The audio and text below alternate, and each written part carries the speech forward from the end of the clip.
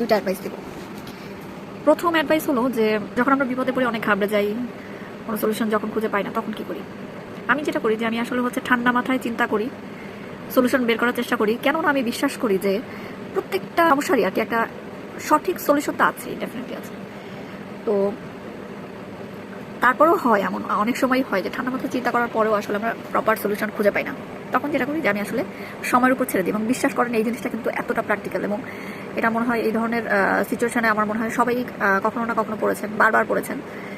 তো আসলে time is the best healer, এবং আল্লাহর উপর বিশ্বাস রেখে তখন ওই ধরনের প্রবলেমগুলো সলভ করার জন্য আসলে সময়ের উপর ছেড়ে দিতে হবে।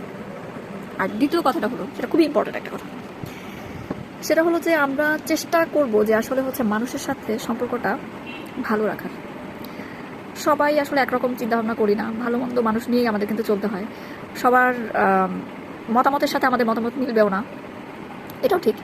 তারপর আসলে চেষ্টা করা উচিত মানুষের সাথে সুসম্পর্ক বজায় রাখার জন্য, এই জন্য যে আজকে আপনার ছোটোখাটো কোনো বিপদে যে মানুষটা পাশে নাই, আপনি বিশ্বাস করেন যে এই মানুষটাই হয়তো ভবিষ্যতে কোনো বড় ধরনের একটা বিপদে সেই মানুষটাকে আপনি পেতে পারেন।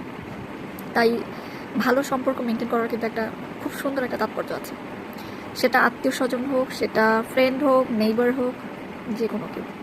তাই মানুষকে আসলে কটু কথা বা তিক্ত কথা বা অহংকার করে কথা বলা থেকে আমাদের উচিত যতটা পারি নিজেকে সংযত করে রাখা।